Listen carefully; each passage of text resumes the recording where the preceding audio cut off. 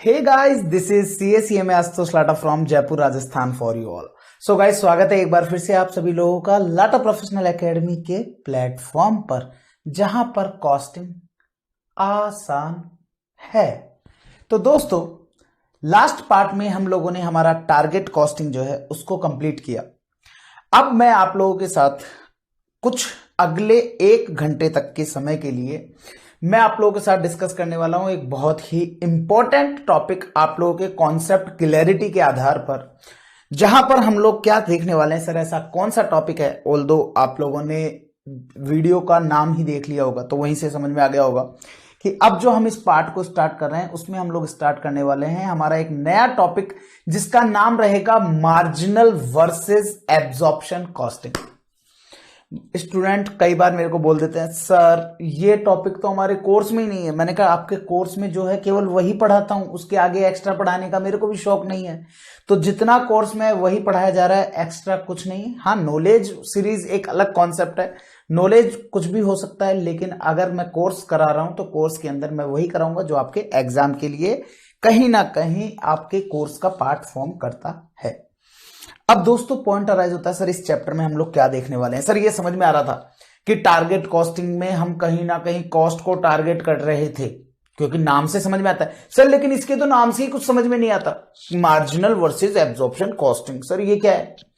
दोस्तों मैं आप लोगों को बता दूं, आपको पता है कॉस्टिंग की डेफिनेशन आप लोगों ने सीएमए इंटर ग्रुप 1 में कॉस्टिंग की डेफिनेशन पढ़ी थी, जो क्या थी?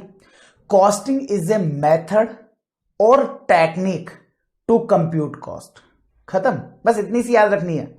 कॉस्टिंग इज ए मेथड, या तो वो मेथड हो सकता है, और टेक्निक, या वो टेक्निक हो सकती है टू कंप्यूट कॉस्ट, कॉस्ट को कंप्यूट करने के लिए। अब दोस्तों पॉइंट अराइज होता है, सर आपने यहां पर मार्जिनल वर्सेस एब्जॉर्प्शन कॉस्टिंग लिखा है, तो सर पहला डाउट तो हमारे को यहां पर यह आता है कि सर जैसा भी अभी आपने बताया कि कॉस्टिंग इज ए मेथड और technique to compute the cost, तो सर हमें पहला पॉइंट तो ये बताओ कि सर ये मार्जिनल वर्सेस एब्जॉर्प्शन जो है ये सर क्या मेथड है या टेक्निक है? तो दोस्तों मैं आपको बता दूं, ये आप लोगों के लिए टेक्निक्स हैं। मार्जिनल कॉस्टिंग हो या एब्जॉर्प्शन कॉस्टिंग हो, ये आप लोगों के लिए एक टेक्निक है। अब पॉइंट अराइज होता है, सर इस चैप्टर के अंदर हम लोग क्या देखने वाले हैं? दोस्तों मैं इस चैप्टर के अंदर आप लोगों को एक अप्रोचेस सिखाऊंगा प्रॉफिट कैलकुलेट करने की, एज पर मार्जिनल कॉस्टिंग और as per absorption costing. I know very well, अगर आप लोगों ने मेरे से इंटर में मेरे से ही क्लास लिया था तो ये वाली चीजें मैं ऑलरेडी इंटर में भी कराता आया हूं। तो अगर आपने इंटर में किया है तो सेम इसके अंदर कोई एडिशनल इंक्रीमेंट नहीं है कि हाँ भाई कोई नया टॉपिक इसमें ऐड हो गया, कुछ अमेंडमेंट्स आ गए। कॉन्सेप्ट वही है जो हम लोगों ने इंटर में देखा था। लेकिन जिन्होंने नहीं लिया उनको मैं बता दूं कि ये एक ऐसा टॉपिक है दोस्तों जो कहीं ना कहीं स्टूडेंट्स को ऐसा लगता है कि अरे सर ये तो बड़ा माहौल चैप्टर है, सर बड़ा माहौल चैप्टर सर। तो अब आप हमारे को अश्योर करोगे क्या सर हमारे को ऐसे माहौल जैसा नहीं लगे कि पता नहीं क्या आ गया ये? मैं आपको बता दूं दोस्तों, आप लोगों को इस पर्टिकुलर टॉपिक के लिए थोड़ा सा पेशेंस रखना पड़ेगा। जब तक कि मैं इसके कुछ एग्जाम्पल्स आप लोगों के साथ नहीं कर देता, तब तक आप लोगों को यह टॉपिक थोड़ा सा ऐसा लग सकता है कि सर क्लियर नहीं हो रहा है। लेकिन मैं आपको बता दूं, जैसे ही हम लोग इसके एग्जाम्पल करेंगे ना, तो आप लोगों को ये पूरा टॉपिक क्लियर होता चला जाएगा। अब पॉइंट आता है, सर क्या marginal costing versus absorption costing. दोस्तों मैं आप लोगों के साथ पहले डिस्कस करूंगा कि मार्जिनल कॉस्टिंग क्या है और उसमें प्रॉफिट कैसे कैलकुलेट होता है। मैं भूल जाऊंगा कि एब्जॉर्प्शन कॉस्टिंग भी मैं पढ़ाने वाला हूं इस वाले टॉपिक में। तो पहले हम लोग बात करते हैं मार्जिनल कॉस्टिंग किसे कहते हैं। तो दोस्तों मार्जिनल कॉस्टिंग, सबसे पहले तो हमको यह जानना जरूरी है आखिरकार मार्जिनल कॉस्ट क्या होती है। दोस्तों अगर मैं हिंदी मीडियम के अगर कोई स्टूडेंट है तो मैं उनको बता दूं, इसको शुद्ध हिंदी में क्या बोलते हैं। आप लोगों को लगेगा अरे सर, मतलब इंग्लिश मीडियम वाले बच्चों को लगेगा अरे बाप रे ये क्या होता है। दोस्तों क्योंकि मुझे तो हिंदी और इंग्लिश दोनों आती है, दोस्तों आपके मार्जिनल कॉस्ट को शुद्ध हिंदी में बोलते हैं सीमांत लागत। क्या हिंदी है सर, मतलब अमेजिंग हिंदी। और किस्मत से आज मेरी हिंदी की हैंडराइटिंग भी सही होगी, नहीं तो यूजुअली मेरी हिंदी की हैंडराइटिंग अब बिगड़ चुकी है। तो दोस्तों इसे बोलते हैं सीमांत लागत, या मैं यूं कहूं मार्जिनल कॉस्ट। पॉइंट अराइज होता है सर ये मार्जिनल कॉस्ट होती क्या है, कहते किसे हैं? दोस्तों मार्जिनल कॉस्ट का मतलब है किसी एक एक्स्ट्रा यूनिट को बनाने के कारण से टोटल कॉस्ट में जो परिवर्तन आता है, या मैं यूं कहूं जितना इंक्रीमेंट होता है, उसे कहते हैं marginal cost. Sir for example let's suppose से मैंने 100 यूनिट्स बनाई और 100 यूनिट्स के अंदर मेरी जो टोटल कॉस्ट आ रही है वो आ रही है लेट्स सपोज से 5000। लेट्स सपोज से आ रही है 5000, और जैसे ही मैंने एक एक्स्ट्रा यूनिट बनाई तो दैट मींस मेरी टोटल यूनिट कितनी हो गई 101। जैसे ही मैंने एक एक्स्ट्रा यूनिट बनाई तो मेरी जो कॉस्टिंग है वो हो गई 5030 रुपीज। अब यहां पर बच्चा कंफ्यूज, सर 100 यूनिट को बनाने में 5000 लगा, लेकिन इसका मतलब हो गया एक यूनिट को बनाने के लिए आपका 50 रुपीज लगा। एक यूनिट को बनाने के लिए 50 रुपीज लगा। तो सर आपकी जब आपने नई एक यूनिट एक्स्ट्रा बनाई, जैसे ही 100 के बाद एक यूनिट और आपने एक्स्ट्रा बनाई, तो सर लगने वाली टोटल कॉस्ट तो सर फिर 5050 होनी चाहिए ना। ये तो कॉस्ट 50 रुपए से इंक्रीज होनी चाहिए थी, ये कॉस्ट तो 50 रुपए से इंक्रीज होनी चाहिए थी। लेकिन मैं आपको बता दूं दोस्तों, कॉस्ट जो है वो 50 रुपए से इंक्रीज नहीं हुई, कॉस्ट इंक्रीज हुई केवल और केवल 30 रुपीज से। अब समझदार बच्चा समझ गया होगा, जो ना समझा वो अनाड़ी है, उसको मैं समझा देता हूं। बेसिकली दोस्तों आप लोगों को जब भी कोई क्वेश्चन आपको केवल टोटल कॉस्ट दे और आपको एक आइडिया लगाना है कि सर ये कॉस्ट कौन सी है, तो दोस्तों आप लोगों के लिए 3 तरह की अप्रोच मैं फॉलो करता हूं। ऑल्दो वैसे 4 तरह की कॉस्ट लेकर के हम लोग चलते हैं। एक होती है फुल्ली वेरिएबल कॉस्ट, एक होती है फुल्ली वेरिएबल कॉस्ट, एक होती है फुल्ली फिक्स्ड कॉस्ट। एक होती है फुल्ली वेरिएबल कॉस्ट, एक होती है फुल्ली फिक्स्ड कॉस्ट, और इन दोनों के बीच में हमने यहां पर 2 कॉस्ट और घुसा दी। एक का नाम दिया सेमी वेरिएबल कॉस्ट और एक का नाम दिया सेमी फिक्स्ड कॉस्ट। अब ये 4 तरह की कॉस्ट होती हैं दोस्तों। आप लोगों को ये चीज मैंने इंटर में पढ़ाई होगी अगर आपने मेरे से किया है तो, और दूसरे से भी किसी ने किया होगा तो शायद उन्होंने भी आपको बताया होगा। दोस्तों फुल्ली वेरिएबल कॉस्ट का मतलब होता है जिसमें किसी भी तरह का कोई मिलावट का काम नहीं है। इन शॉर्ट मैं सीधी बात बोलूं, सीधी बात नो बकवास, जैसे कि 1 यूनिट बनाई तो कॉस्ट आई 10 रुपीज, 2 यूनिट बनाई तो कॉस्ट आई 20 रुपीज, 3 यूनिट बनाई तो कॉस्ट आई 30 रुपीज, 4 यूनिट बनाई तो कॉस्ट आई 40 रुपीज। इन शॉर्ट हर एक एक्स्ट्रा यूनिट के बनाने से कॉस्ट चेंज हो रही हो और सेम प्रपोर्शन में हो रही हो। दैट मीन्स आप देखोगे 1 यूनिट को बनाने में 10 रुपए लगे, इसका मतलब पर यूनिट कॉस्ट 10 रुपीज है। तो 2 यूनिट को बनाने में 10 रुपीज के हिसाब से 20 लगेगा, 3 के हिसाब से 30, 4 के हिसाब से 40। इसका मतलब अगर कोई कॉस्ट, पहली बात आपकी चेंज हो रही हो, अगर कोई कॉस्ट आपकी चेंज हो रही है तो इसका मतलब वो फिक्स्ड तो नहीं है। अगर कॉस्ट आपकी चेंज हो रही है हर एक यूनिट से तो इसका मतलब वो वेरिएबल है। अब हमें लेकिन चेक करना है कि क्या ये फुल्ली वेरिएबल है। क्यों? क्योंकि दोस्तों सेमी वेरिएबल कॉस्ट में भी कॉस्ट चेंज हो जाती है। कैसे? लेट सपोज से मैंने कॉस्टिंग में मैंने बनाई 100 यूनिट्स तो मेरी कॉस्ट आई 5000। मैंने 101 यूनिट बनाई, मेरी कॉस्ट आई 5030। मैंने 102 यूनिट बनाई तो मेरी कॉस्ट आई 5060। मैंने 103 यूनिट बनाई तो मेरी कॉस्ट आई 5090। अब मेरा पॉइंट यहां पर आप लोगों से एक है, क्या कॉस्ट चेंज हो रही है? आंसर है यस। क्या कॉस्ट में कोई परिवर्तन हो रहा है? आंसर है यस।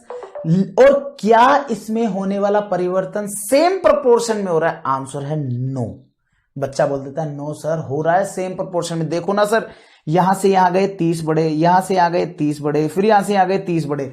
मैंने कहा बिल्कुल आपके 30 रुपीज ही बढ़ रहा है, लेकिन दोस्तों आप यहां देखोगे कि आपको पहला जो आपको बेस डेटा दिया हुआ है वो कहता है 1 यूनिट को बनाने के लिए आपके 50 रुपए लगेंगे। तो फिर तो 1000 यूनिट के 101 यूनिट के 5050 होने चाहिए थे, 5050 होना चाहिए था उस हिसाब से। अगर हर बार 50-50 बढ़ेगा तो ये 5050 होना चाहिए था, फिर ये 50 बढ़ा तो ये 5100 होना चाहिए था, ये 5150 होना चाहिए था। लेकिन दोस्तों ये सेम रेशियो में नहीं बढ़ रहा है, और सेम रेशियो में नहीं बढ़ रहा है इसका मतलब क्या है कि ये आपकी वेरिएबल कॉस्ट तो है बट फुल्ली वेरिएबल नहीं है। इसको चेक करने का एक और तरीका है, आप हर एक जगह पर यूनिट कॉस्ट निकालो। आप अगर फुल्ली वेरिएबल के केस में पर यूनिट निकालोगे तो देखो 10 रुपए लगते हैं 1 यूनिट बनाने में तो पर यूनिट 10, 20 रुपए लगते हैं 2 यूनिट को बनाने में तो पर यूनिट 10, 30 रुपए लगते हैं 3 यूनिट को बनाने के लिए पर यूनिट 10, 40 रुपए लगते हैं 4 यूनिट को बनाने के लिए पर यूनिट 10। तो जब आपकी पर यूनिट कॉस्ट हर जगह पर सेम आती है तो उसे कहते हैं fully variable cost. I hope आप लोगों को ये पॉइंट क्लियर होगा। फिर आता है सेमी वेरिएबल कॉस्ट। आप इस सेमी वेरिएबल कॉस्ट को देखो, क्या कॉस्ट चेंज हो रही है? आंसर है यस, तो इसका मतलब वेरिएबल तो है। लेकिन यहां पर आप देखोगे कि पर यूनिट कॉस्ट 50, फिर आप यहां पर कैलकुलेट करोगे तो 5030 डिवाइडेड बाय 101, तो यहां पर आ जाएगी 49.80। फिर यहां पर 5060 डिवाइडेड बाय 102, तो यहां पर आ जाएगी 49.60। फिर यहां पर बात करेंगे तो 5090 डिवाइडेड बाय 103, तो यहां पर आ जाएगी 49.41। तो इसका मतलब कॉस्ट में चेंज तो हो रहा है लेकिन पर यूनिट कॉस्ट सेम नहीं है। मतलब कि आपका वेरिएबल फुल्ली वेरिएबल कॉस्ट क्या कहती है? There is a change in cost, cost में चेंज भी हो रहा है हर एक यूनिट से, और जो होने वाला चेंज है उसके कारण से आप देखोगे कि पर यूनिट कॉस्ट सबकी सेम है। तो अगर आपका चेंज हो रहा है और पर यूनिट कॉस्ट सबकी सेम आए, फुल्ली वेरिएबल। दूसरा, कॉस्ट में चेंज हो लेकिन पर यूनिट कॉस्ट में भी चेंज हो, तो वो हो जाएगी आप लोगों के लिए फुल्ली वेरिएबल।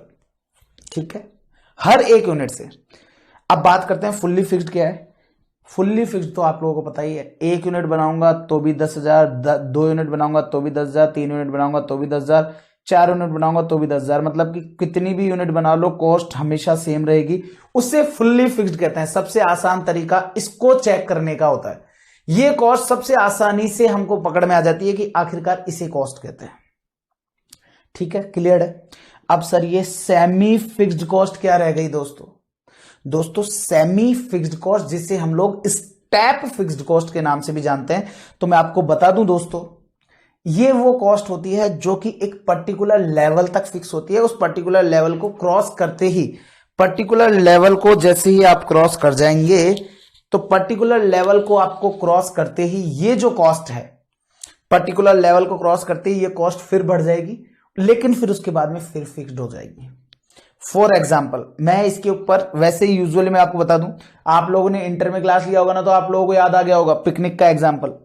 मैं हमेशा यहां पर एक पिकनिक का एग्जाम्पल लेता हूं मैं, लेकिन पिकनिक के साथ साथ मैं और दूसरे एग्जाम्पल भी इस बार इस वाले में कुछ ऐड करूंगा। लेट्स सपोज मेरे यहां पर, अगर मैं मेरी बात करूं, मैंने कहा जी मेरे पास टेलीकॉलर्स के लिए जॉब है। क्या है? टेलीकॉलर्स के लिए जॉब है। लेकिन एक टेलीकॉलर जो है ना, मतलब कि जो भी स्टूडेंट्स के लिए कॉल उठाते हैं करते हैं, तो इन्होंने क्या बोला, टेलीकॉलर्स ने, इनका कहना था कि सर आपके 500 स्टूडेंट्स जो है ना, उनको तो मैं अकेला एक जना संभाल सकता हूं, लेकिन सर 500 के बाद में एक बच्चा भी ऊपर आ गया, मेरी बस की नहीं है सर उनको संभालनी। मैंने कहा ठीक है, आप 500 को तो हैंडल कर लोगे? उन्होंने कहा यस सर मैं कर लूंगा। मैंने कहा सैलरी क्या लोगे? उन्होंने कहा सर मैं 20,000 की सैलरी लूंगा। 500 बच्चा हुआ तो भी 20। एक बच्चे से लेकर के 500 बच्चे तक क्या वो संभाल सकता है? आंसर है यस, वो 1 से 500 बच्चों तक का कॉलिंग्स वगैरह जितना भी सपोर्ट करना है वो कर सकता है। तो उसकी मेरी खर्चा लगेगा 20,000। जैसे ही 500 से बच्चा क्रॉस हुआ, ये बच्चा हो गया 501, तो 501 से लेकर के अगला बंदा कहता है सर मैं भी 500 ही देख सकता हूं, ठीक है, तो 501 से लेकर के 1000 तक जितने भी बच्चे होंगे उस पर मुझे क्या हो गया, पहले एक टेलीकॉलर चाहिए था, अब 2 टेलीकॉलर चाहिए। अब 2 टेलीकॉलर चाहिए तो 20,000 की जगह मेरी लगने वाली टोटल फिक्स कॉस्ट कितनी हो जाएगी, टोटल कॉस्ट मेरी जो है वो टोटल कॉस्ट मेरी हो जाएगी 40,000। अब मुझे सोच के बताओ, अगर आपकी 1 से 500 बच्चों तक आपकी कॉस्ट जो है वो 20,000 थी, जैसे ही 500 से बच्चा क्रॉस हुआ तो आपकी कॉस्ट बदल गई। क्या फुल्ली फिक्स्ड कॉस्ट में कॉस्ट बदलती है क्या? आंसर है नो सर। कितने ही बच्चे हो, कितना ही कुछ हो, cost will remain always same. Like an rent, मैंने इंस्टीट्यूट खोला, रेंट लेना है, मनी जो आपका लैंडलॉर्ड है वो आएगा, लाओ साहब रेंट दो, 1 तारीख को रेंट लेके जाएगा, लेकिन कितना और क्यों, कितना और क्या वो आपको यह बोलेगा अब की बार तो आपके बच्चे बढ़ गए तो मैं रेंट बढ़ा दूंगा, ऐसा बोल सकता है? आंसर है नो, नहीं बोलेगा। इसका मतलब आप लोगों के लिए वो फुल्ली फिक्स्ड है, लेकिन यहां पर तो सर 20 की जगह 40 हो गए, इसका मतलब कॉस्ट बढ़ी। ध्यान से सुनिएगा, मैं आपको इसको ग्राफिकल प्रेजेंटेशन के सहारे समझाता हूं। ये आपका एक्स एक्सिस है, ये आपका वाई है। ध्यान से देखिएगा, इस जगह पर मैं लिख रहा हूं मेरी कॉस्ट, और इस जगह पे मैं लिख रहा हूं नंबर ऑफ स्टूडेंट्स। मेरा आप लोगों से क्वेश्चन है, लेट्स सपोज से यहां पर 20,000 आता है, यहां पर 40,000, ये 20 को थोड़ा नीचे ले लेते हैं अपन, यहां पर 20,000 आता है, यहां 40,000 आता है, यहां पर आपका 60,000 आता है, यहां पर आपके 500 बच्चे हैं, यहां पर आपके 1000 बच्चे हैं, यहां पर आपके 1500 बच्चे हैं।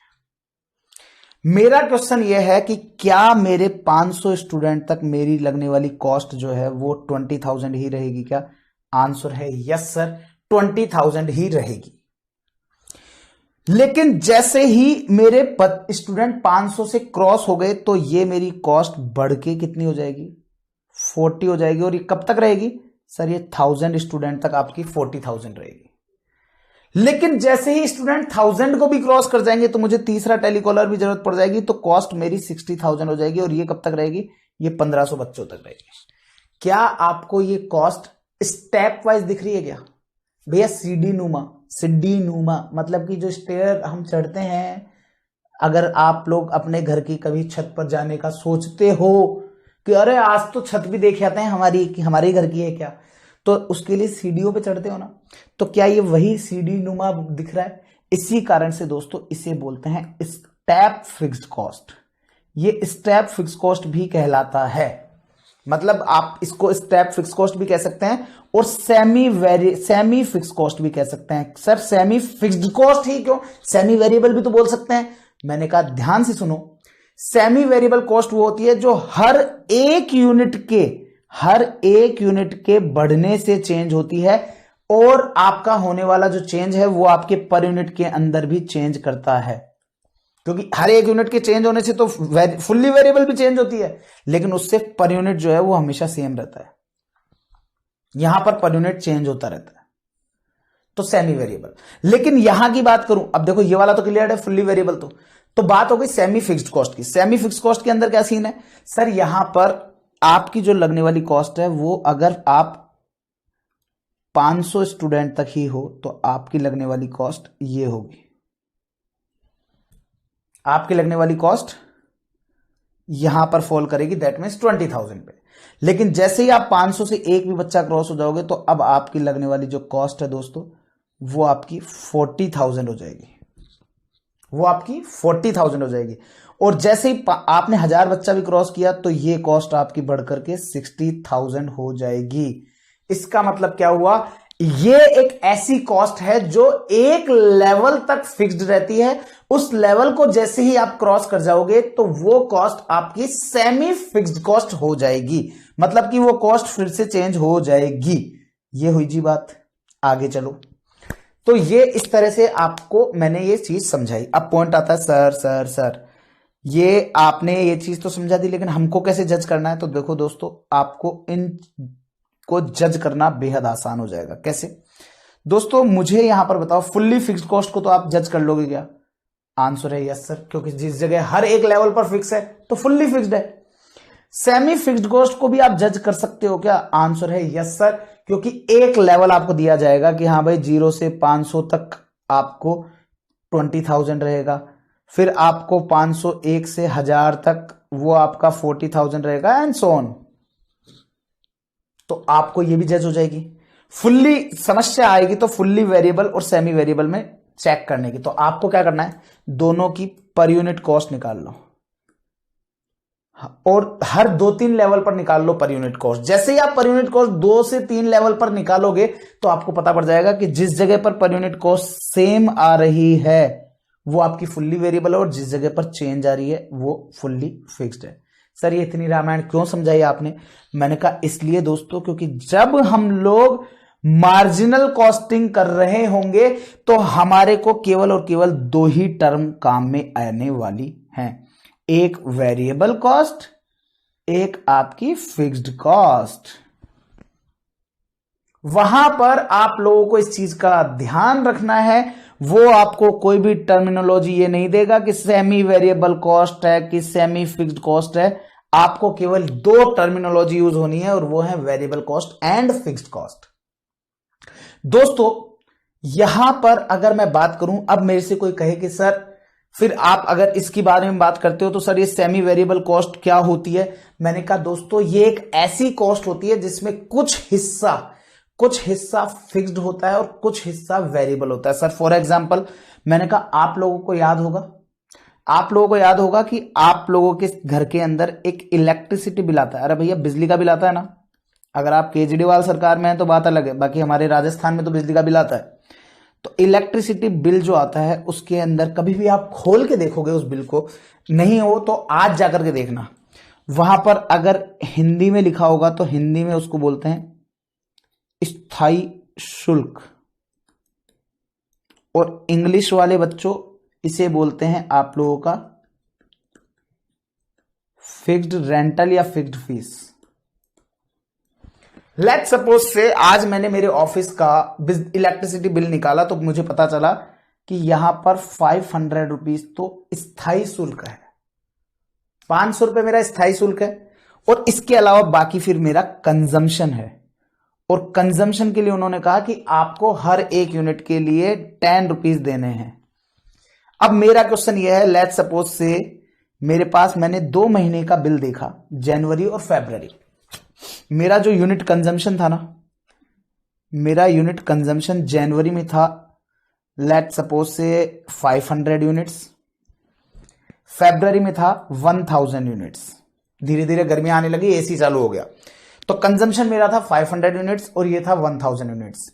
जब मैंने इसका टोटल बिल उठाया ना, जब मैंने इसका टोटल पूरा बिल उठाया तो मैंने देखा कि इसका बिल आया मेरा 5500 का और इसका आया 10,500 का। मैं कंफ्यूज मतलब मैं तो कंफ्यूज नहीं हुआ क्योंकि मैं तो कॉस्टिंग जानता हूं, लेकिन हुआ क्या, यहां पर एक लेमैन था, वो आकर के बोलता सर मेरे को सारी चीज समझ में आ गई, ये चीज समझ में नहीं आई, आपका कंजम्पशन जो है वो आपका जनवरी के कंपैरेटिवली फरवरी में जस्ट डबल हुआ है, जस्ट डबल, 500 से डबल 1000। लेकिन सर आपका जो बिजली का बिल आया सर वो तो 5500 की जगह 11,000 आना चाहिए था, आपका बिजली का बिल तो सर 10,500 ही आया। ऐसा क्यों सर?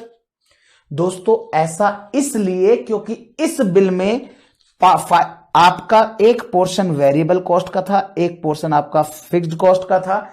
वेरिएबल कॉस्ट का पोर्शन आपको at the rate 10 rupees per unit के हिसाब से था, तो 500 कंजम्पशन किया तो वो 5000, और अगर आपने 1000 कंजम्पशन किया तो ये आपका 10,000।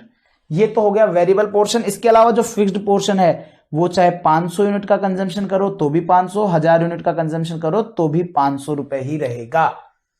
इस कारण से इन दोनों का जब सम किया गया तो वो आया 5500, और इन दोनों का जब सम किया गया तो वो आया 10,500, वो आया आपका 10,500।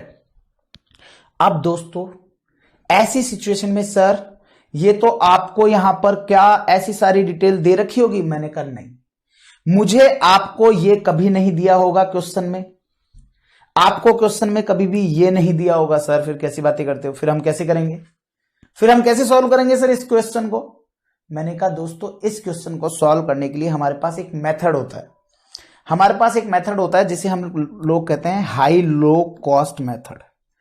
मैं आपको बता दूं ये नोट्स लिखने के लिए इंपॉर्टेंट नहीं है, केवल समझने के लिए इंपॉर्टेंट है, क्योंकि ये चीज इंटर लेवल की है, हाई लो कॉस्ट मेथड। और हाई लो कॉस्ट मेथड क्या बोलता है कि आप क्या करो, वेरिएबल कॉस्ट पर यूनिट निकालो। अब बच्चा कहता है सर कैसी कैसी पागलों जैसी बातें करते हो ना, वेरिएबल कॉस्ट पर यूनिट कैसे निकालोगे सर।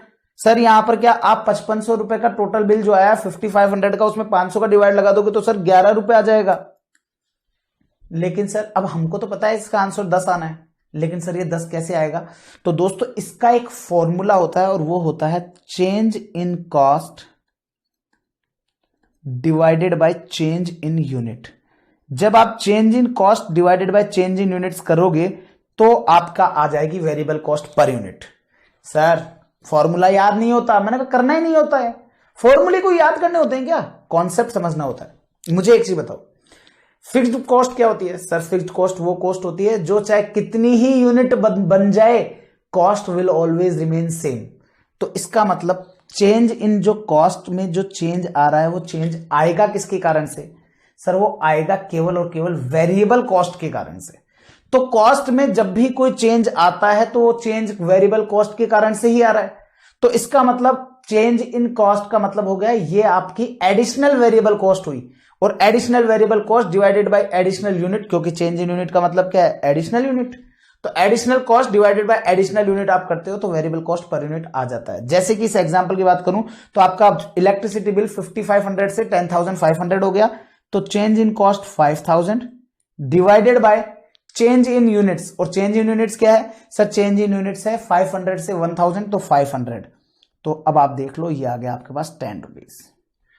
अब आपके पास मुझे एक चीज बताओ, अगर आपको कोई क्वेश्चन में 10 रुपीज आपको दे दे, तो 10 रुपीज आपको दे दे तो क्या, और आपसे ये कहे कि सर हमें तो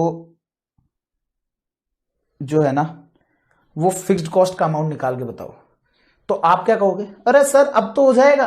कैसे सर, कोई सा भी एक लेवल पकड़ लो, मैं ये नहीं कह रहा कि आप इसमें जनवरी पकड़ो, आपकी जो इच्छा हो वो पकड़ लो, आपका आंसर सेम आएगा। सपोज मैंने जनवरी पकड़ा तो जनवरी में 10 रुपीज के हिसाब से मेरी वेरिएबल कॉस्ट कितनी होगी 5000, टोटल कॉस्ट है मेरी 5500, उसमें से 5000 की मेरी वेरिएबल है तो बाकी बची हुई फिक्स्ड कितनी है 500। बच्चा कहता है नहीं सर मैं तो फरवरी से खेलूंगा क्योंकि फरवरी हमारा टाइम है सर, हमारे दिनमान आ गए सर, हमारे दिनमान आ जाते हैं फरवरी में, क्योंकि कंवारों की करवा चौथ भी आ जाती है 14 तारीख को। तो अपने क्या है, उन्होंने कहा कि सर हम तो फरवरी में कैलकुलेट करेंगे, तो कर लो भैया फरवरी में कर लो। तो 10 रुपीज के हिसाब से 1000 यूनिट पर 10,000, और 10,500 में से 10,000 आपने लेस किया तो आपके पास आएगा 500। तो दोनों ही लेवल पर ये अमाउंट जो आएगा ये अमाउंट आपका सेम आएगा 500 ओनली। तो इस तरीके से आप वेरिएबल कॉस्ट और फिक्स कॉस्ट को अलग कर पाएंगे। क्लियर है, आई होप आप लोगों को सबको क्लियर हो गया होगा। अब दोस्तों इससे मुझे क्या समझ में आया, इससे मुझे यह समझ में आया सर हर एक एक्स्ट्रा यूनिट को बनाने से जो कॉस्ट में चेंज आता है उसे हम लोग कहते हैं मार्जिनल कॉस्ट। और दोस्तों मैंने आप लोगों को यह चीज बताई इसलिए थी क्योंकि मैं आपके साथ ये एक एग्जांपल डिस्कस कर रहा था।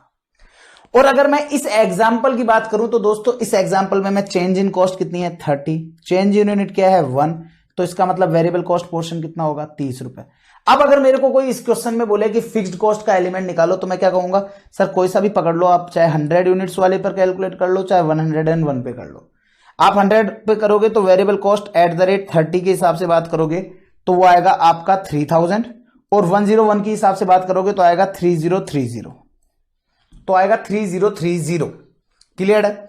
अब मुझे एक चीज बताओ, इस 100 के लेवल पर टोटल कॉस्ट जो आ रही थी वो आ रही थी 5000, कितनी आ रही थी 5000, और वेरिएबल कॉस्ट है 3000, तो इसका मतलब आपकी फिक्स्ड कॉस्ट कितनी हो जाएगी 2000। इधर की बात करूं तो यहां पर कॉस्ट कितनी आ रही थी 5030, और इसमें से वेरिएबल कॉस्ट कितनी है 3030, तो आएगा कितना 2000। ये लीजिए कोई से भी लेवल पर कैलकुलेट करो आपकी फिक्स्ड कॉस्ट वही आएगी। तो इसका मतलब क्या हुआ, एक एक्स्ट्रा यूनिट को बनाने से जो कॉस्ट में जो भी चेंज आता है उसे हम लोग कहते हैं मार्जिनल कॉस्टिंग। और मैं आपको बता दूं दोस्तों, जब तक क्वेश्चन ये ना कह दे कि फिक्स्ड कॉस्ट में भी कोई चेंज होता है, this will always equal to your variable cost. कई बार क्वेश्चन आपको कह देता है particular product is having marginal cost of ₹30, तो वो इसका मतलब है कि उस पर्टिकुलर प्रोडक्ट के लिए वो ₹30 की वेरिएबल कॉस्ट है। तो इस चीज का आप लोगों को ध्यान देना है।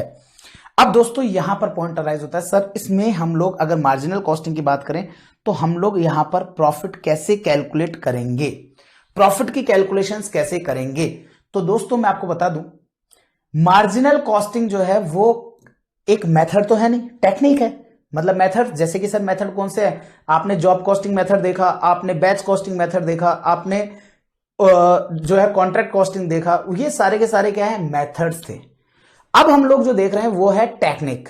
तो अब हमें इतना तो समझ में आ गया कि सबसे पहली चीज मैं आपको बताऊं, हमारे को मार्जिनल कॉस्टिंग ये कहता है, मार्जिनल कॉस्टिंग ये कहता है कि आपके, ऑल्दो आप लोगों ने ये चीज इंटर में ऑलरेडी करी हुई है, ब्रेक इवन पॉइंट निकालना एंड ऑल सारी चीजें आप लोग इंटर में करके आए, बट अगेन मैं ये नहीं मान रहा हूं कि आपने कुछ किया है।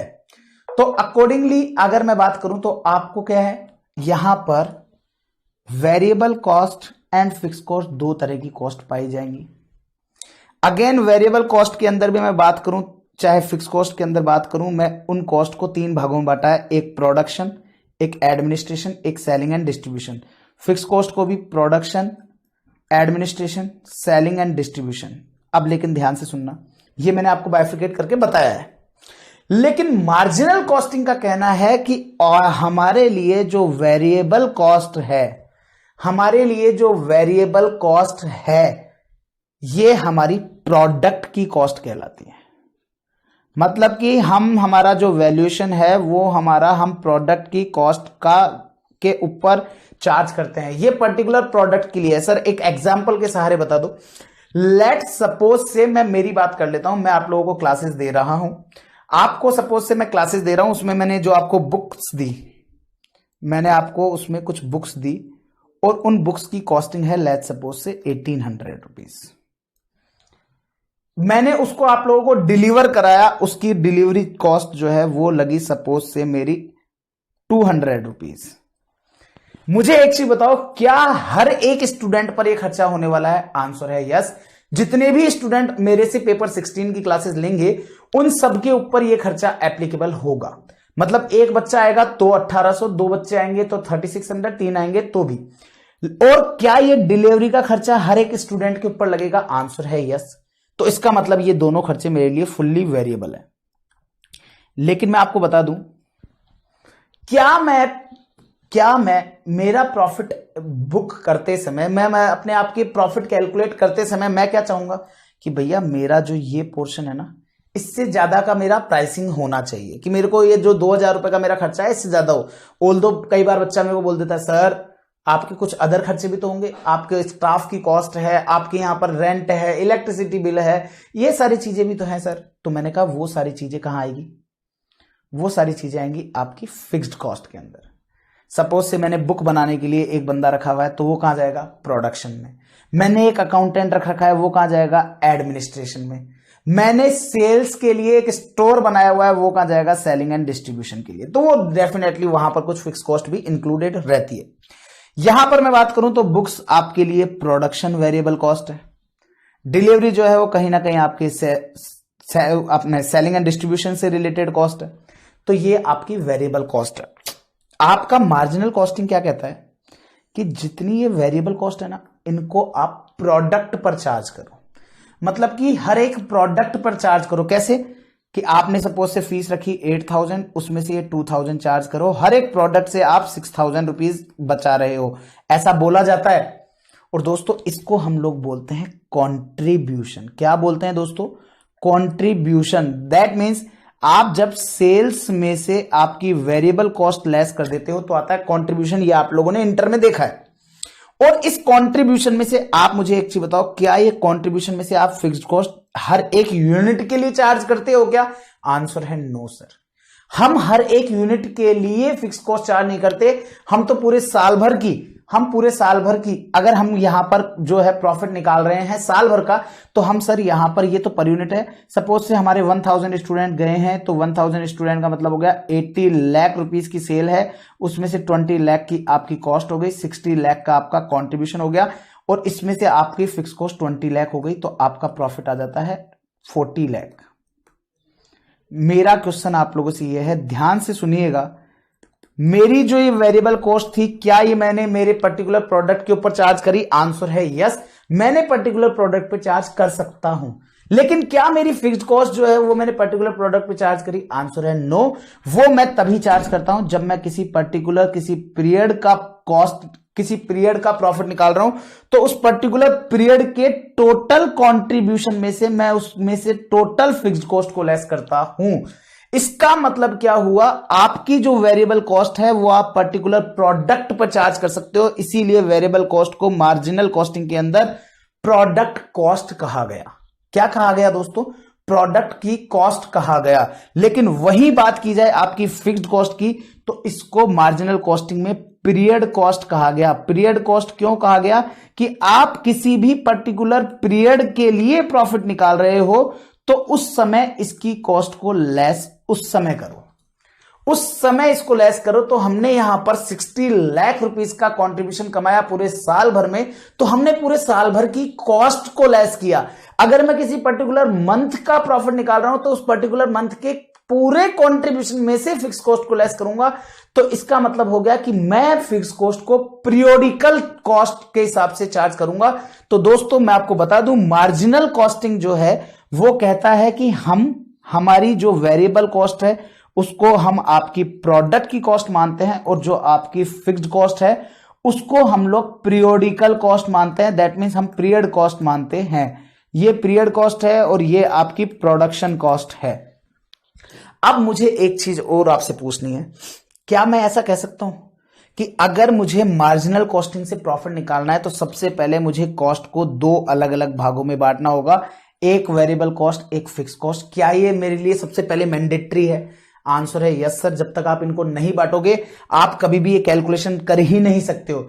तो दोस्तों आज तक आप लोगों ने ये सीखा है कि सेल्स में से हम हमारी वेरिएबल कॉस्ट को लेस कर देते हैं तो हमारे पास कंट्रीब्यूशन आ जाता है, और कंट्रीब्यूशन में से जब हम हमारा फिक्स्ड कॉस्ट को लेस कर देते हैं तो हमारे पास प्रॉफिट आ जाता है। लेकिन दोस्तों ये केवल और केवल आप लोगों ने जो आज तक सीखा, ये एक नॉर्मल सिचुएशन में सीखा था। लेकिन मैं आपको बता दूं दोस्तों, यहां पर आप लोगों को हर एक चीज को अच्छे से, ओपनिंग स्टॉक भी होगा, क्लोजिंग स्टॉक भी होगा, उन सब चीजों के साथ आप लोगों को ये सारी चीजें सीखनी है। तो दोस्तों मैं यहां पर आप लोगों के साथ क्या करने वाला हूं, आप लोगों का जो मार्जिनल कॉस्ट स्टेटमेंट है वो मैं आप लोगों के साथ डिस्कस करने जा रहा हूं। अब मेरे पास जो समय है उसके हिसाब से मैं मार्जिनल कॉस्ट तो पूरा इजीली डिस्कस कर जाऊंगा। एब्जॉर्प्शन कॉस्टिंग जो रहेगा वो हम लोग नेक्स्ट पार्ट में डिस्कस करके फिर इनके सारे नोट्स को कवर अप करेंगे। फिर इस पूरे चैप्टर में गिन के 4 क्वेश्चन है जो एक लेक्चर में कंप्लीट हो जाएंगे। ठीक है, अब ध्यान से सुनिएगा, ध्यान से सुनिएगा।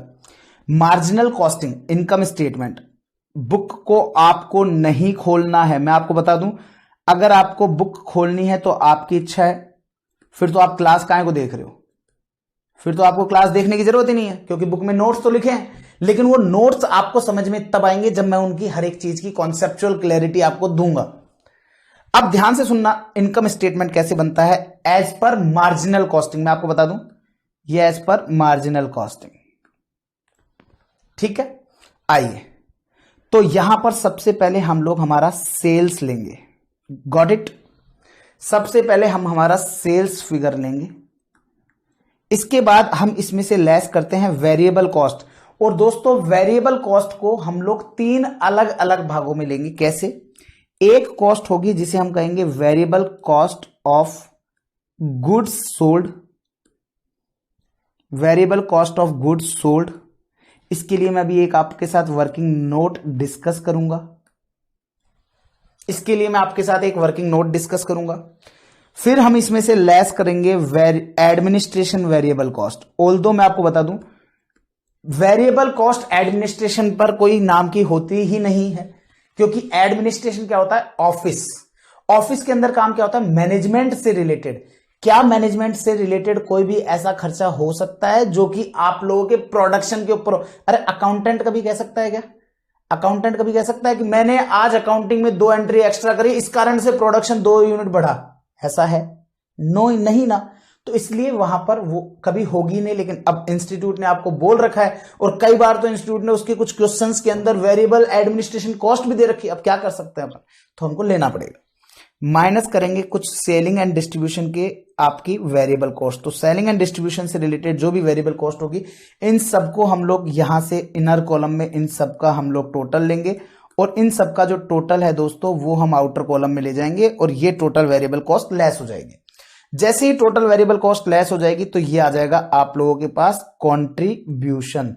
सेल्स में से वेरिएबल कॉस्ट लेस करोगे, कंट्रीब्यूशन आ जाएगा। और दोस्तों इस कंट्रीब्यूशन में से जब आप लेस कर देते हो आपकी फिक्स्ड कॉस्ट, और ये फिक्स्ड कॉस्ट कौन कौन सी हो सकती हैं? आपके प्रोडक्शन की हो सकती हैं, आपके एडमिनिस्ट्रेशन की हो सकती हैं, और सेलिंग एंड डिस्ट्रीब्यूशन की हो सकती हैं। इन तीनों की तीनों फिक्स कॉस्ट को आप लोगे, और तीनों की तीनों फिक्स कॉस्ट का यहां पर लग गया टोटल। कंट्रीब्यूशन में से जब तीनों फिक्स कॉस्ट का टोटल लगा तो आपके पास ये आ जाएगा प्रॉफिट। ये आ गया प्रॉफिट। सर क्या चेंज हो गया? ऐसा तो कुछ चेंज आप कह रहे थे, चेंज कुछ है ही नहीं। मैंने कहा यहां पर आज तक आप लोगों ने ये 3 चीजें अलग से नहीं करी। स्पेशली ये variable cost of goods sold आप लोगों ने नहीं सीखा। सिंपली अपन ने क्या किया है, सेल्स होती है, वेरिएबल कॉस्ट पर यूनिट दिया होता है, तो सेल्स में से वेरिएबल कॉस्ट लेस किया, कंट्रीब्यूशन आ गया, दैट्स इट, काम खत्म। अभी ऑल्दो मैं आपको बताऊं ब्रेक इवन एनालिसिस, इसके बाद जो नेक्स्ट चैप्टर कराऊंगा ना ब्रेक इवन एनालिसिस, उसमें आप देखना, मतलब मार्जिनल कॉस्टिंग का पोस्टमार्टम है ना, मार्जिनल कॉस्टिंग का पोस्टमार्टम किसे कहते हैं? मतलब कि अपन हर एक चीज, मतलब कहते हैं किडनी में से भी की अलग, डे अलग और नी अलग, ऐसा करके दिखाऊंगा आप लोगों को मार्जिनल कॉस्टिंग का। आप लोग नेक्स्ट चैप्टर में देखना, मतलब माहौल बना देंगे अपन लोग मार्जिनल कॉस्टिंग का माहौल। मतलब यू विल लव इट। आप लोगों को लगेगा कि यार सीरियसली पूरे कोर्स का सबसे बेस्ट लेक्चर रहेगा वो, जिस लेक्चर के अंदर मैं आपको वो चीज समझाऊंगा। और उस लेक्चर में पार्ट ए और पार्ट बी नहीं करूंगा, मैं कंटिन्यूअसली 2 आवर्स की क्लास लूंगा उसमें, ठीक है। तो चलिए अब पॉइंट आता है सर कैसे कैसे कैलकुलेट होगा। अब देखो सेल्स तो आपको पता ही है, सेलिंग प्राइस को मल्टीप्लाई कर दिया सेल्स यूनिट से तो आ गया। एडमिनिस्ट्रेशन वेरिएबल कॉस्ट अगर आपको दे दे तो आपको यूनिट मल्टीप्लाई बाय जो भी कॉस्ट पर यूनिट आए वो ले लेनी है। यहां पर आपकी सेल्स यूनिट हो गई, मल्टीप्लाई बाय जो भी कॉस्ट पर यूनिट है वो ले लेनी है। और ये फिक्स कॉस्ट के तो अमाउंट आपको दिए ही रहेंगे, ध्यान रखिएगा, फिक्स कॉस्ट के अमाउंट आपको दिए रहेंगे, वहां से आप ले लोगे, लेस हो जाएगा, काम खत्म। पॉइंट आता है, समस्या कहां है? समस्या है इस variable cost of goods sold में। अब क्योंकि आपने यहां पर सेल्स लिया है तो ऑब्वियस सी बात है आपको खर्चे सेल्स यूनिट के आधार पर ही लेने। अब अगर मैं यहां पर सपोज से मैंने यूनिट जो है मेरे पास ओपनिंग पड़ी थी 10,000, मैंने इस साल प्रोडक्शन किया 1 लाख का, और मैंने यहां पर क्लोजिंग आ गया मेरे पास लेट सपोज से 5,000, ठीक है। अब या ऐसा भी हो सकता है कि आपको यहां पर क्वेश्चन जो है वो एक क्लोजिंग ना दे, आपको क्लोजिंग ना दे, आपको ओपनिंग दे दिया, आपको प्रोडक्शन दे दिया, आपको सीधा ये बोल दे सेल्स 1,05,000, सेल्स आपकी 1,05,000 यूनिट्स आपको डायरेक्टली दे दे। अब मेरा क्वेश्चन आप लोगों से है, मुझे एक चीज बताओ, अगर आपको ये क्लोजिंग स्टॉक नहीं दिया, केवल ये 3 डिटेल दी है, क्या आप लोग क्लोजिंग स्टॉक निकाल सकते हो? क्या आप लोग क्लोजिंग स्टॉक निकाल सकते हो? आंसर है बेहद आसानी से यस सर। ओपनिंग में हमारे पास 10 था, ओपनिंग में हमारे पास 10 था, हमने और प्रोडक्शन कर लिया 100 का तो हमारा और बढ़ गया, तो ये हो गया 1,10,000। भैया मेरे पास एक मोबाइल था, मैंने दूसरा मोबाइल और खरीद लिया, तीसरा मोबाइल और खरीद लिया, और इसमें से 2 मोबाइल बेच दिए, तो मेरे पास कितना बचा? 1। तो मैंने क्या किया, ओपनिंग इनमें दोनों को परचेज ऐड कर दिया, इनमें से एक मेरा बाहर बिक गया, तो मेरे पास बचा कितना? 2। मेरे पास 2 बच गए। तो इसका मतलब मैंने क्या किया, मैंने मेरा ओपनिंग लिया, उस ओपनिंग के अंदर से जो मैंने इस साल परचेजेस है या इस साल का जो प्रोडक्शन है उन दोनों प्रोडक्शन को ऐड कर दिया तो मेरे पास 3 हो गए। इसमें से मैंने एक बाहर बेच दिया तो मेरे पास 2 का क्लोजिंग स्टॉक बच गया। तो सेम वही कॉन्सेप्ट यहां है। ओपनिंग मेरे पास 10,000 था, मैंने और प्रोडक्शन कर लिया 1 लाख का, तो टोटल मेरे पास 1,10,000 हो गए। उसमें से 1,05,000 बेच दिए तो ऑब्वियस सी बात है क्लोजिंग स्टॉक 5,000 ही आएगा। मैं आपको बता दूं दोस्तों, आपको क्वेश्चन में मोस्ट प्रोबेबली क्लोजिंग स्टॉक का क्वांटिटी नहीं दिया रहेगा, तो आपको इस तरह से क्लोजिंग स्टॉक की क्वांटिटी आपको निकालनी है। अब ध्यान से सुनना, अब हमारे को क्या चाहिए, हमारे पास प्रोडक्शन के ऊपर ही थोड़ी लगाएंगे हमारी वेरिएबल कॉस्ट। हमारी वेरिएबल कॉस्ट तो ओपनिंग पे भी लगी है, प्रोडक्शन पे भी लगी है और क्लोजिंग स्टॉक पे भी लगी होगी। लेकिन पॉइंट राइज होता है, सर हमको यहां पर करना क्या है, किसकी कॉस्ट लेनी है। मैंने कहा आप ध्यान से सुनो, आपने जब यहां पर सेल्स लिया होगा तो 1,05,000 यूनिट की सेल्स का काम किया है। आपने जो यहां पर सेल्स बुक की है ये 1,05,000 यूनिट्स की है।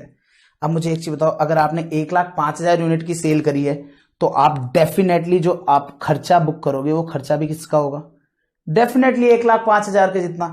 तो इसका मतलब आप अपना ओपनिंग स्टॉक लोगे।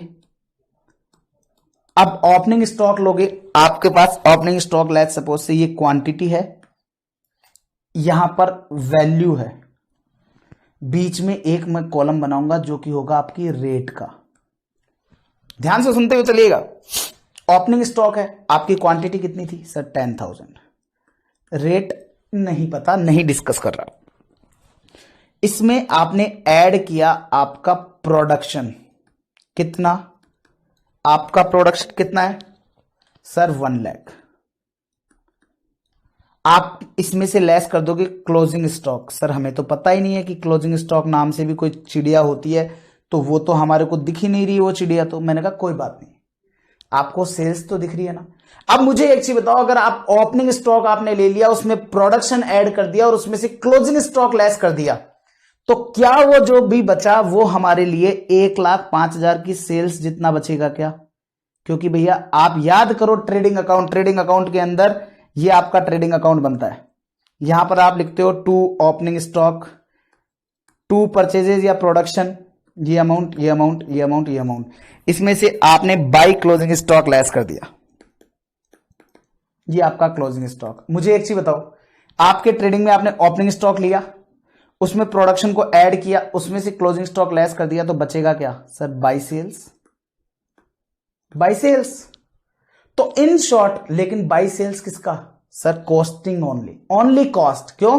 क्योंकि ओपनिंग स्टॉक भी कॉस्ट पर है, प्रोडक्शन भी कॉस्ट पर है, क्लोजिंग स्टॉक भी कॉस्ट पर है। तो इसका मतलब वो सेल्स का अमाउंट नहीं आएगा, क्योंकि हमने, आप गौर करो, हमने यहां पर ग्रॉस प्रॉफिट जो आएगा वो नहीं लिया है, हमने ग्रॉस प्रॉफिट को कंसीडर नहीं किया है, हमने only opening stock plus production minus closing stock लिया है। इसका मतलब ये आएगा इस पर्टिकुलर कॉस्ट के लिए कितने रुपए का खर्चा लगा वो आएगा, वो पर्टिकुलर कॉस्ट को बनाने के लिए कितने रुपए का खर्चा लगा वो आएगा। और दोस्तों मैं आपको बता दूं, मार्जिनल कॉस्टिंग के अंदर जो आप लोगों का ग्रॉस प्रॉफिट आता है वो आपके वेरिएबल कॉस्ट को कंसीडर करने के बाद आता है। Only we have considered variable cost. ठीक, चल, तो इन शॉर्ट ये आपके पास जो आएगा इसको हम क्या बोलेंगे, variable cost of goods sold.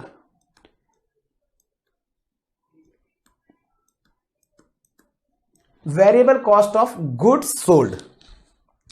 Point आता है सर, एक तो सबसे पहले ना ये जो डिफरेंस है ना, ये 5,000 का, ये आप फिल करो और इसके आगे लिख दो सर ये बैलेंसिंग फिगर है, ये बैलेंसिंग फिगर है।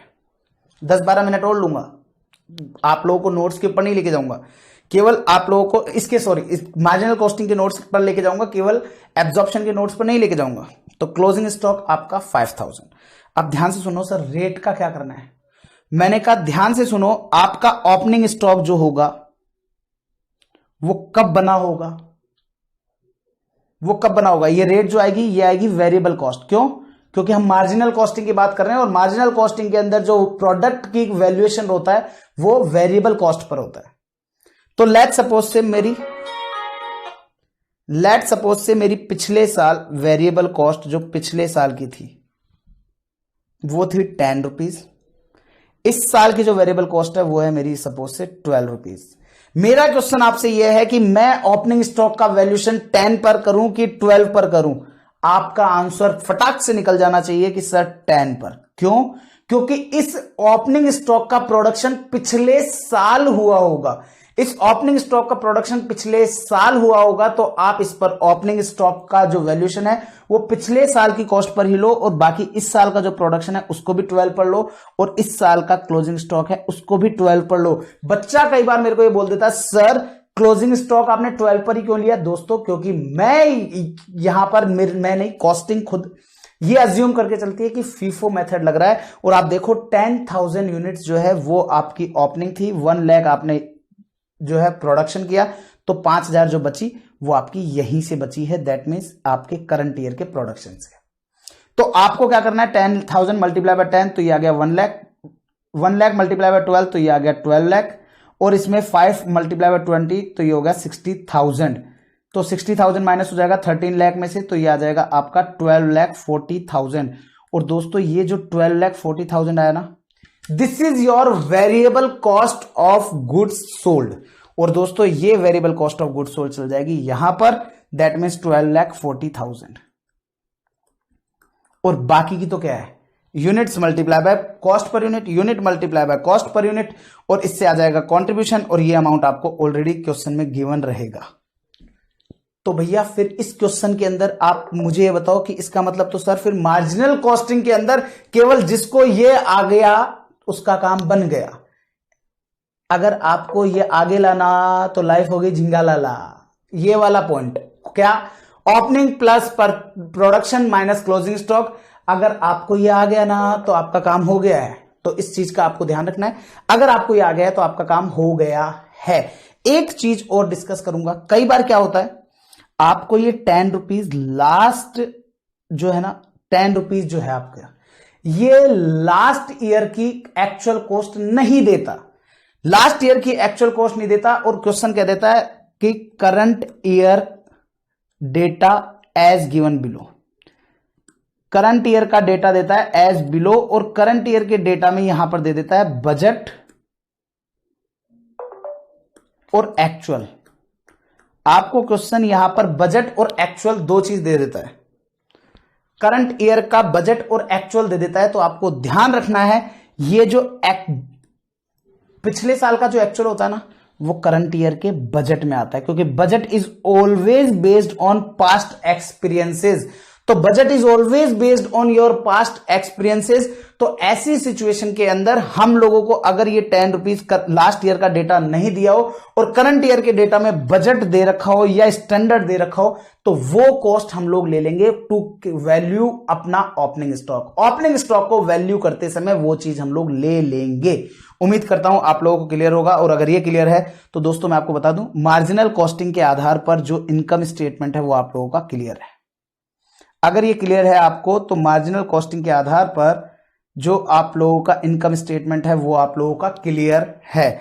और अगर वो है तो दोस्तों अब हम लोग उसके फटाफट से नोट्स आप लोगों के साथ देख लेता हूं। ज्यादा लंबा नहीं है, केवल और केवल गिन के आप लोगों के लिए। ये तो मैं नीचे आ गया, यहां से तो मेरा एब्जॉर्प्शन चालू हो जाएगा, मतलब पूरा पूरा गिन के मेरे लिए 1.5 पेज के नोट्स हैं केवल। आइए दोस्तों क्या कह रहे हैं आशुतोष लाटा सर के ये हैंड रिटन नोट्स, तो आइए दोस्तों देखते हैं। चैप्टर का नाम marginal versus absorption costing, chapter number 5 है हमारी बुक का, मार्जिनल कॉस्टिंग। मार्जिनल कॉस्टिंग आप लोगों के लिए है, सॉरी चैप्टर नंबर 5 नहीं है, ये चैप्टर नंबर 4 है।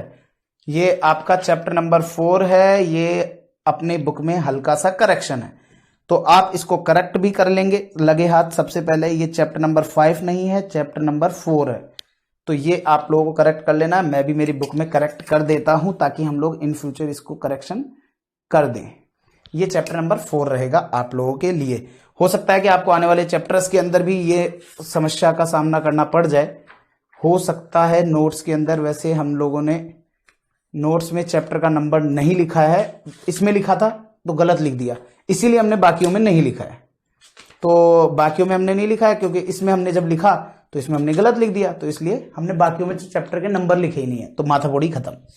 मार्जिनल कॉस्टिंग, जितनी सारी बातें मैंने बोली वो सारी बातें यहां पर है, अगले 5 मिनट में कंप्लीट करूंगा, कंक्लूड कर दूंगा। Marginal costing is a technique which is used for managerial decision making. Marginal costing एक टेक्निक है जो कि मैनेजरियल डिसीजन मेकिंग में काम आती है, and this is not a system of costing like job batch process costing. That mean this is not a system like, system मतलब कि method like job costing, batch costing, उनके जैसे process costing के जैसे ये एक टेक्निक है, उनके जैसा एक सिस्टम या मेथड नहीं है। In marginal costing all variable cost will be treated oblique charge to product. Variable cost पूरी की पूरी चार्ज होती है प्रोडक्ट पर, and fixed cost will be treated as period cost, और फिक्स्ड कॉस्ट को पूरा पीरियड कॉस्ट माना जाता है। And write off this fixed cost on contribution from contribution, यहां पर ये ओम लिखा हुआ है, ये आप ओम को यहां पर फ्रॉम कर लीजिएगा, ये जय बाबा भोले की, यहां पर बाबा भोले का हम लोग वो बन गए थे ओम, ओम नहीं है, ये फ्रॉम है, from contribution of that period in which such fix cost arise. जिस भी पीरियड के अंदर वो फिक्स कॉस्ट अराइज हुई है उसी पीरियड के कॉन्ट्रीब्यूशन से ये चार्ज हो जाएगा। आगे बढ़िए, तो hence as a basic need to apply marginal costing, M oblique C का मतलब मार्जिनल कॉस्टिंग, तो hence as a basic need to apply marginal costing we will have to classify cost on the basis of variability, that is fixed cost and variable cost। मैंने आपको बताया था, तो इसका मतलब अगर हमें मार्जिनल कॉस्टिंग अप्लाई करनी है तो हमारे को कॉस्ट को वेरिएबल कॉस्ट और फिक्स कॉस्ट दोनों के आधार पर बांटना होगा। आगे चलते हैं, variable cost will be treated as product cost, और वेरिएबल कॉस्ट को हम एज ए प्रोडक्ट कॉस्ट मानेंगे। Hence charge to particular product, तो उसको पर्टिकुलर प्रोडक्ट पर चार्ज करेंगे। And fix cost will be charge as period cost, और fix cost को हम as a period cost charge करेंगे। इनकम स्टेटमेंट वही जो अभी मैंने आपसे डिस्कस किया, sales minus variable cost of goods sold, उसका वर्किंग नोट मिलेगा, वेरिएबल एडमिनिस्ट्रेशन, वेरिएबल सेलिंग, इससे आ जाएगा contribution, fix production overhead, administration overhead, selling and distribution overhead, तो आ जाएगा आपके पास प्रॉफिट। और ये आपका कैलकुलेशन हो जाएगी, variable cost of goods sold कैसे आएगा, opening stock plus current year का प्रोडक्शन माइनस करंट ईयर का क्लोजिंग स्टॉक, तो इससे आएगा variable cost of goods sold. Rate की बात है जो नीचे डिस्कस करी है। फॉर क्वांटिटी कॉलम, सबसे पहले तो इस क्वांटिटी कॉलम की बात करते हैं। Quantity column we can use below equation, हमको नीचे जो इक्वेशन मैंने लिखी है उसको यूज करके अगर कोई सा भी अमाउंट, कोई सा भी फिगर नहीं है तो हम उसको ला सकते हैं। Opening stock plus production quantity minus sales quantity, इससे आ जाएगा क्लोजिंग स्टॉक। ये क्लोजिंग स्टॉक है, सी ऑब्लिक एस मतलब क्लोजिंग स्टॉक है ये, तो आप लोगों को ध्यान रखना है। तो आप इस इक्वेशन को यूज करके अगर कोई सा भी पॉइंट आपका मिसिंग है तो आप उसको अकॉर्डिंगली कैलकुलेट कर सकते हो। अब आते हैं, ये तो हो गई बात क्वांटिटी कॉलम की, अब बात करते हैं रेट कॉलम की। For calculation of rates under marginal costing we will take following cost, हमको फॉलोइंग कॉस्ट लेनी है। कौन कौन सी, ये वापस से आ गया है विल टेक फॉलोइंग कॉस्ट, तो इसको आप काट दीजिएगा। ये विल टेक फॉलोइंग कॉस्ट ये ऊपर हमारा ऑलरेडी यहां पर हमने टाइप कर दिया था, उसके बावजूद भी नीचे भी आ गया, तो आप एक एक्स्ट्रा जो आया उसको काट दीजिएगा, नीचे वाले को काट देना। उसमें क्या क्या है, वेरिएबल कॉस्ट पर यूनिट में आपके डायरेक्ट मटेरियल है, डायरेक्ट लेबर है, डायरेक्ट एक्सपेंस है, और उसके साथ साथ वेरिएबल प्रोडक्शन ओवरहेड है। ध्यान से सुनिएगा, वेरिएबल प्रोडक्शन ओवरहेड, कौन सी वेरिएबल कॉस्ट की बात हो रही है, ये इस रेट कॉलम के लिए, इस रेट कॉलम के लिए बात हो रही है कि इस रेट कॉलम के अंदर जो हम रेट लेंगे उस रेट के अंदर क्या क्या शामिल है। तो दोस्तों इसमें शामिल है direct material, direct labour, direct expense और प्रोडक्शन ओवरहेड। इसका मतलब यह है कि वेरिएबल प्रोडक्शन ओवरहेड, सर इसका मतलब क्या, वेरिएबल प्रोडक्शन कॉस्ट के अलावा वेरिएबल प्रोडक्शन कॉस्ट हो गई सर, ये तो सर फिर वेरिएबल प्रोडक्शन कॉस्ट हो गई। यस दोस्तों, क्योंकि आप देखोगे एडमिनिस्ट्रेशन की कॉस्ट और सेलिंग एंड डिस्ट्रीब्यूशन की कॉस्ट हमने यहां पर अलग से ली है। तो जब हम variable cost of goods sold निकाल रहे होंगे तो variable cost of goods sold निकालते समय we will consider only and only variable production cost which will consist of direct material, direct labour, direct expense and factory overhead. That means production overhead, that means manufacturing overhead. ठीक है, तो हमको केवल उन तीन को कवर अप करना है। Hence we can say fix cost and variable cost जो कि administration as well as selling and distribution will not form part of variable cost per unit. इस रेट कॉलम के पर्पज के लिए इन तीन चीजों को कवर अप नहीं करना है। एक तो फुल्ली फिक्स्ड कॉस्ट है वो, एक एडमिनिस्ट्रेशन की वेरिएबल कॉस्ट और एक सेलिंग एंड डिस्ट्रीब्यूशन की वेरिएबल कॉस्ट, इसको कवर अप नहीं करना है। while calculating value of opening stock we will take variable cost rate of last year। जब हम ओपनिंग स्टॉक के लिए लिखेंगे तो हम वेरिएबल कॉस्ट लास्ट ईयर की लेंगे, as opening stock was produce last year, क्योंकि ओपनिंग स्टॉक ऑब्वियसली बात है पिछले साल प्रोड्यूस हुआ होगा। And for current year production and closing stock, और करंट ईयर के प्रोडक्शन के लिए और क्लोजिंग स्टॉक के लिए we will take current year rate of variable cost per unit. तो हम करंट ईयर के वेरिएबल कॉस्ट पर यूनिट को लेंगे। If question has not given data of last year but budget और standard data is given, then for valuation of opening stock we will take rate as budget. और वो तो क्योंकि जो budget है वही आपका उसके ऊपर डिपेंडेंट है, मैंने अभी भी आपको इस चीज समझा दिया है। और इसके बाद में आपका स्टार्ट हो जाता है एब्जॉर्प्शन कॉस्टिंग, जो हम लोग करेंगे हमारे नेक्स्ट पार्ट में, नेक्स्ट लेक्चर में। तो दोस्तों उम्मीद करता हूं कि इतना पार्ट आपको समझ में आ गया होगा। नेक्स्ट पार्ट जो रहेगा दोस्तों बेहद इंपॉर्टेंट, और जो स्टूडेंट को लगता है ना कि थोड़ा ट्रिकी है, वो एब्जॉर्प्शन कॉस्टिंग ही है। तो हम लोग नेक्स्ट पार्ट में आकर के एब्जॉर्प्शन कॉस्टिंग से रिलेटेड मैं आप लोगों को पूरा समझाऊंगा। एब्जॉर्प्शन कॉस्टिंग क्या होता है, एब्जॉर्प्शन कॉस्टिंग में किस तरह से सारी चीजें होंगी, वो मैं आपको समझाऊंगा। और उसके बाद मैं एब्जॉर्प्शन कॉस्टिंग से रिलेटेड सारे के सारे जो भी आपने क्वेश्चंस हैं, जो भी हमारा एक एग्जांपल भी दिया है मैंने, वो हम लोग सॉल्व करेंगे अगले 2 लेक्चर के अंदर। 1-2 दैट मीन्स इसका पार्ट ए पार्ट बी और सेकंड लेक्चर का पार्ट ए पार्ट बी, ऐसे करके 4 पार्ट के अंदर हम लोग हमारे मार्जिनल वर्सेस एब्जॉर्प्शन के पूरे चैप्टर को फिनिश कर देंगे। Okay guys, so that's all, bye bye, take care. ध्यान रखिएगा आपका और आपके अपनों का, और मुझे बताना मत भूलिएगा कि आप लोगों को क्या ये मार्जिनल कॉस्टिंग किसे कहते हैं, ये समझ में आ गया क्या? अगर आ गया है तो भैया मस्त रह करके जिंदगी जीने का, क्योंकि कॉस्टिंग आसान है जिस मंदिर के प्रांगण में आप बैठे हैं। दैट मीन्स आज लाटा प्रोफेशनल एकेडमी में जहां आप बैठे हैं वहां पर कॉस्टिंग आसान है। बिल्कुल रेस्ट अश्योर्ड रहिए, costing you will rock in the costing. Okay guys, bye bye and all the best, bye bye.